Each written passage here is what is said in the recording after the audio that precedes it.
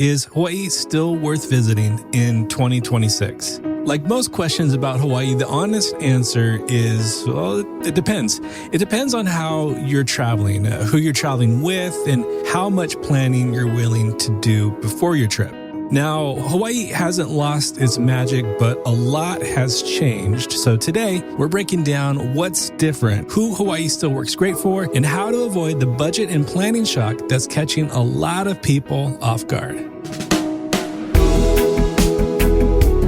Aloha and welcome to Hawaii's best podcast, helping you plan an unforgettable trip to Hawaii. I'm your host, Brian Murphy, and today is Aloha Friday. Happy Aloha Friday wherever you are. I hope your day is great as we head into the weekend.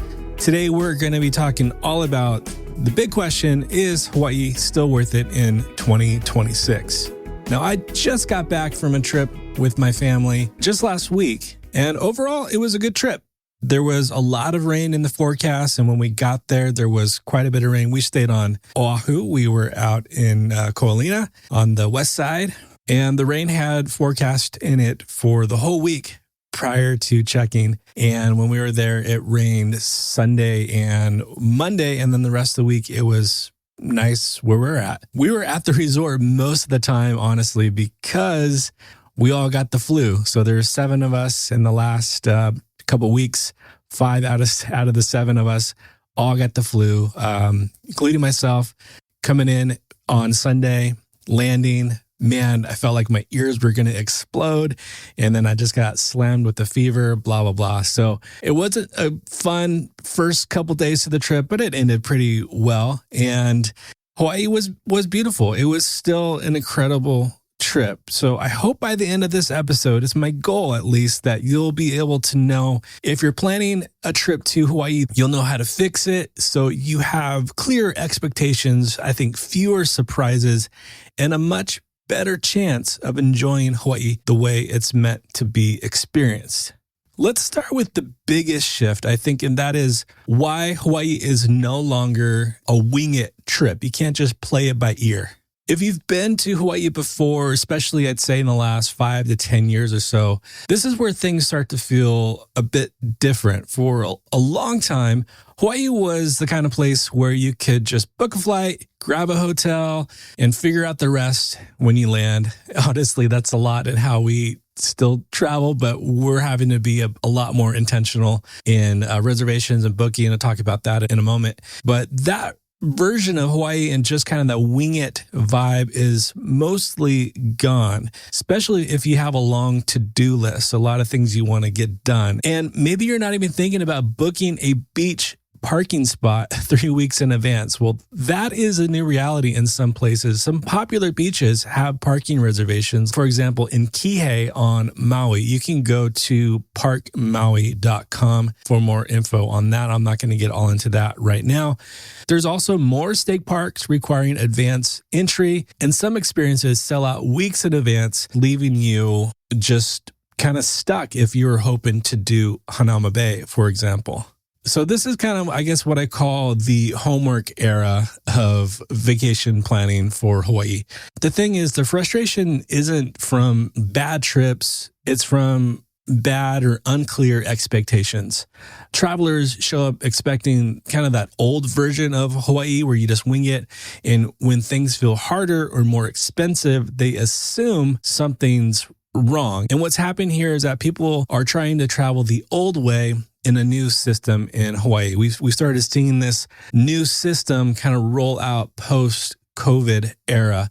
Once you understand that Hawaii now rewards intentional planning, the whole trip starts to feel different. Instead of fighting the rules, you work with them, you understand them, you know what to expect. Instead of just scrambling, you're able to prioritize in what you want to get done. This shift alone explains why some people come back saying Hawaii felt stressful, and while others say it was still one of their favorite trips ever. So really, we need to unpack what's driving all of this. So let's talk a little bit about the cost reality for traveling to Hawaii in 2026. And honestly, this is usually when people start to feel uneasy. They hear Hawaii is more expensive now, but no one really explains why. It feels like every year Hawaii gets more and more expensive. That is a reality going into 2026. But what's actually happening, it's a bit more layered in why it feels more expensive. First, there's higher lodging taxes. So as of January 1st, 2026, Hawaii added a 0.75% green fee to fund climate resilience.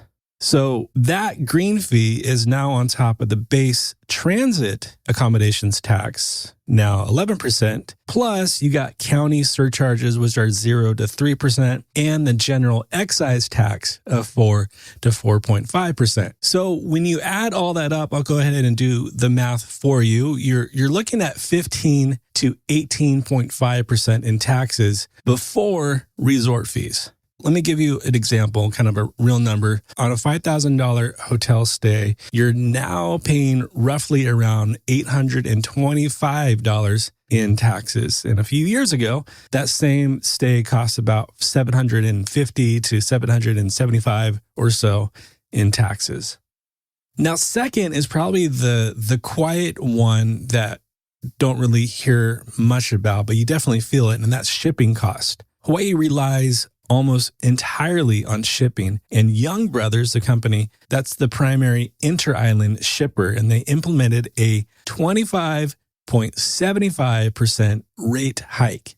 So this isn't just like shipping random things. This affects everything from groceries, restaurant food, hotel supplies. You don't always see it listed out, but you definitely feel it once you're there because that cost needs to get passed on to somebody. And the third thing why Hawaii feels and is more expensive is because of access fees. So in 2026, there are now over 14 state parks that require non-resident fees, and they range from $5 per person for entry and about $10 per vehicle for parking. For example, you got places like Rainbow Falls on the Big Island of Hawaii, Wailua River State Park on Kauai, and Tantalus on Oahu.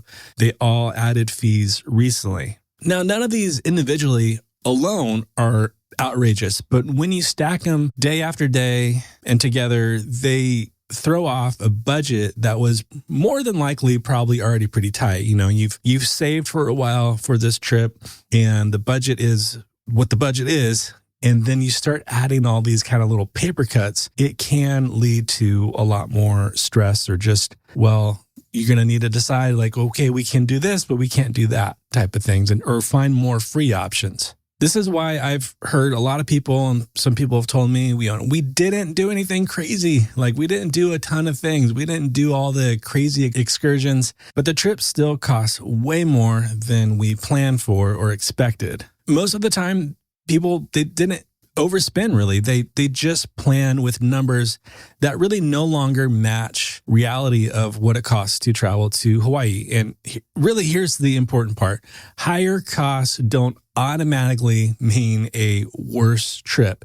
Usually needs to change isn't the destination, it's just the expectation. Maybe you plan fewer paid activities. Maybe you mix in grocery runs, Costco, and food trucks instead of eating out every single night. Once your budget, I think, matches the current reality, Hawaii starts to feel hopefully more enjoyable again instead of stressful. At least you know what to plan for instead of being surprised. I think that's the biggest key right there. Just knowing what to plan for and not being surprised once you're there. That's really the intent of this episode. And, also I wasn't planning on getting too much into this, but if you're wondering about, there's anti-tourist rhetoric, videos maybe you've seen on TikTok. I kind of want to address that a little bit about the online narrative, I guess, versus the on-the-ground reality in Hawaii. And really, there's a big difference between the online narrative and what actually happens on the ground. Online, especially social media, you'll see extreme takes, angry comments, viral videos, posts that make it sound like every visitor will be side-eyed or confronted and not welcome. But in reality, that's not what most travelers experience. Honestly, I've never have experienced this. Day-to-day interactions across the islands are still neutral to warm, especially when visitors show basic respect, saying hello, aloha, following posted rules, not trespassing, just being aware of other humans, basically. What people often interpret, I think, as anti-tourist sentiment is usually something else. It's not that people don't want you there. It's that the parking lots are packed and the trails are crowded, and these places were never built for today's volume of travelers. When visitors follow the rules in these places, usually most of that tension disappears. What's interesting is that Hawaii still largely relies on tourism. Local businesses still want respectful travelers to come. And the key word is respectful for the land, the rules, for the people who live there year round. So really, if you approach Hawaii with humility instead of defensiveness, the expectation almost always feels better. I just kind of wanted to get that out there as you're thinking about that as for your next trip. The big question still kind of looms is Hawaii still worth it in 2026? And honestly, I think it is. If you have solid expectations on what to expect, what the costs are, what reservations are needed, I still think that Hawaii is definitely still worth it in 2026. Hawaii works well right now for visitors, travelers willing to plan ahead, set realistic expectations, and be intentional at how they spend their time and money. So if you're okay doing a little homework up front, Hawaii still can be incredible. Now, on the flip side, Hawaii might not be the best fit if you're hoping for a last-minute, totally spontaneous trip, or if you're expecting prices to be flexible and feel like they did years ago. That could be a setup for maybe a bummer of a trip. And really, this is where choosing the right island matters more than you think. Right now, Oahu and the Big Island tend to have more flexibility as far as pricing and availability, whereas Maui continues to feel more premium and more expensive, though still amazing if it fits your budget. And Kauai is beautiful, but planning matters a lot more there as far as parking, reservations, and timing that can make or break the experience. When you're clear on your budget, you have these expectations, your priorities, and you know what actually matters to you, Hawaii is still incredible. And really the tricky part is turning all of this into an actual plan. And this is a lot where a lot of people get stuck. They know what they want in theory, but they're still guessing when it comes to numbers, timing, trade-off. Should I do this? Should I do that? Should I not do that? And that's exactly why I built this new Hawaii trip calculator for 2026. And it's designed to help you plug in your real trip details and see a more realistic picture of what a Hawaii trip could look like right now, not 5 years ago. And so it accounts for the lodging tax burden, it accounts for the shipping increases and all those fees that can surprise people. So now you just know a calculator can give you some clarity. But again, it's a tool that can be helpful in at least giving you an idea of what to budget for. The calculator can't give you the context. It won't tell you which island makes the most sense for your trip, for your family. It won't tell you which experiences are actually worth the money. And it won't tell you where you can simplify and still have an amazing trip. That's where one-on-one planning really helps. So if you run the numbers and you think, okay, this is doable, but I don't want to mess this up, that's exactly when a planning consultation makes sense. And we can walk through your trip together, cut out what doesn't matter, focus on what does, what your goals are, and make sure that your Hawaii vacation feels like a vacation and not a logistics project. So if you want to check out the calculator, you want to check out my one-on-one planning consultation, you can check those out in the show notes below. Both of those links are there. But really, at the end of the day, Hawaii in 2026 isn't about chasing every highlight. It's about planning with intention, understanding what's changed, and giving yourself the space to actually enjoy being there. If you're willing to do it, put in the work, or get a little help along the way, Hawaii is still one of the most meaningful places you can visit. So if you want to run those numbers, I'll link the 2026 Hawaii trip calculator in the show notes below. And if you want help turning that into a clear, stress-free plan, you can book a one-on-one planning consultation with me as well. So thanks again for spending some time with me today on this Aloha Friday. Hope you have a great weekend. And until next time, as always, live with aloha. Mahalo for listening to this episode of Hawaii's Best. To stay up to date on future episodes, hit follow on your podcast app.